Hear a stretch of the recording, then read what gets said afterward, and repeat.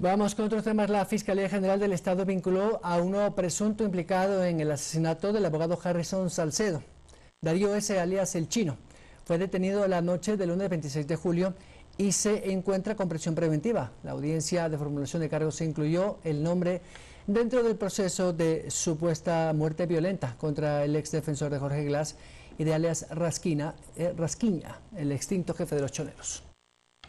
Darío Suárez Bedón, alias El Chino, fue detenido en el Centro de Rehabilitación de La Tacunga, donde ingresó por el delito de violencia intrafamiliar. Fue detenido cuando estaba a punto de salir por ese delito. Según las investigaciones, iba en el taxi que conducía Luis C., detenido en mayo cuando salía del hospital Eugenio Espejo. Se tomó contacto con Fiscalía, se lo procedió a extraer de dicho centro y poner las órdenes de la autoridad competente. Es SB Darío Gabriel, de 35 años de edad, presenta antecedentes en el 2012 por robo calificado, en el 2018 también por robo. Harrison Salcedo fue asesinado el 28 de abril de este año. Fue interceptado por 5 sujetos que iban en 2 carros, uno de ellos un taxi donde iba El Chino, dando instrucciones a los ocupantes del otro vehículo para asesinar al abogado. ¿Cuántos disparos sonaron? Como más de 4. Sí, claro. Un carro verde. Luego de su captura fue llevado a la unidad de flagrancia para la audiencia de vinculación. Peritajes de voz ubicaron al aprehendido en el taxi. Él habría fijado la ruta que siguieron los ejecutores del asesinato. Retomamos nuestras entrevistas. El ex vicepresidente de la República y catedrático universitario puso ayer en su cuenta de Twitter: Asamblea dice, con el sentido de patria rechazamos la adhesión al CIADI, entre comillas. Este centro de arbitraje lo promueve el Banco Mundial, del cual somos miembros. ¿Será que por sentido de patria y soberanía también rehacen los préstamos del Banco Mundial, en especial cuando van a sus provincias? Se pregunta el ex vicepresidente y nosotros se lo preguntamos. Doctor Alberto Dajid Garzosi, muy buenos días, gracias por acompañarnos. Muy buenos días. Bueno, este saludo a la bandera, dirían algunos, de la Asamblea Nacional, genera por lo menos extrañeza, más allá de que ya está firmado el acuerdo, hemos suscrito el acuerdo y la Corte Constitucional además ha dicho que no violenta la soberanía, que es de lo que tanto se critica. Bien, no es tan saludo a la bandera. Si bien es cierto que está en firme la resolución de la Corte Constitucional, no es menos cierto que la imagen ante el mundo de que el Congreso Nacional cuestione y rechace el acuerdo con el CIADI debilita esto ante la imagen internacional, y lo que se persigue precisamente, buscando que el CIADI sea el lugar para resolver las controversias, es que un mundo que no confía en la justicia ecuatoriana, que no confía por la inseguridad jurídica que existe en el Ecuador para invertir en el Ecuador, vuelva a confiar. Entonces, no es tanto un saludo a la bandera, es una perversa, realmente perversa acción la que ha hecho el Congreso, la Asamblea Ecuatoriana. Pero usted cree que esto, bueno, a futuro, porque además hay que dejar claro a la gente, el CIADI es este Centro Internacional para el Arreglo de Diferencias, y no es que va a haber diferencias siempre. Ya hemos visto el caso de Perenco, a propósito. Pero esta izquierda un poco radical quiere meter el susto de que se viola la soberanía nacional al permitir que un tercero, en este caso una corte internacional o un arbitraje, un laudo arbitral como se denomina, se interponga en temas que tienen que ver con el país. ¿Esto qué tan real es? En primer lugar, el Banco Mundial es una organización de la cual el Ecuador es fundador y es miembro. Por lo tanto, es un tribunal que está conformado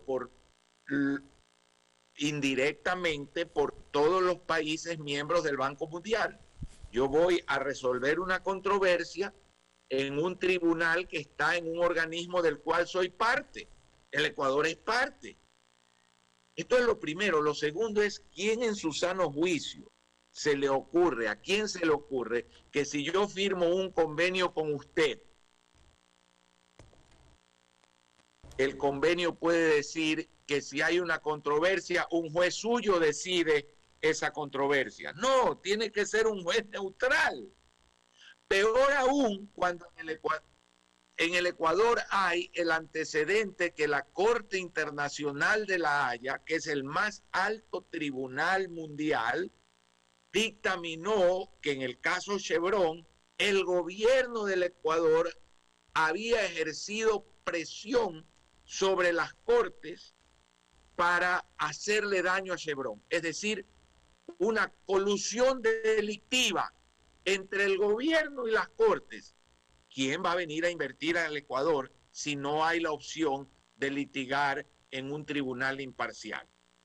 Economista, ya hablemos de lo que está haciendo el gobierno, y creo que está haciendo bien. Hay que reconocer el plan de vacunación, avanza y con buen éxito, y esto es parte fundamental para la reactivación económica en todos los países. Así lo ha dicho el Fondo Monetario Internacional en su última reunión de primavera en Europa. Pero casa adentro, ¿qué debe hacer la industria, el sector productivo, para también fomentar un poco esa vuelta a la seminormalidad con las medidas de bioseguridad para que esta reactivación sea de verdad? Bueno, lo primero es seguir tomando precauciones, seguir usando mascarillas, seguir guardando distanciamiento. No es que esto se ha acabado. La vacuna ayuda, no resuelve. Y por lo tanto, la precaución en todas las empresas, el tener en las políticas de salud ocupacional la intención y la instrucción de seguir cuidándose es muy importante para que esto no vuelva a rebrotar. La recuperación del empleo es la siguiente fase del gobierno y del país en general, pero el gobierno no da empleo, el gobierno da facilidades, esta ley de oportunidades ojalá y se presente rápido, pero mientras tanto el sector productivo, ¿cómo podría tratar de contratar más personas o de extender los horarios, por ejemplo, de atención, que de pronto podrían hacerlo porque no dependen del gobierno del Estado, para generar un poco más de demanda de mano de obra? Bueno, aquí tiene que haber una reactivación de la economía, porque no tomo más empleados si no veo que hay una reactivación. Peor aún, con la barbarie del Código Laboral ecuatoriano, que tiene que ser reformado, porque si quiero más empleo en el país, tiene que haber legislación laboral mucho más sensata que la actual.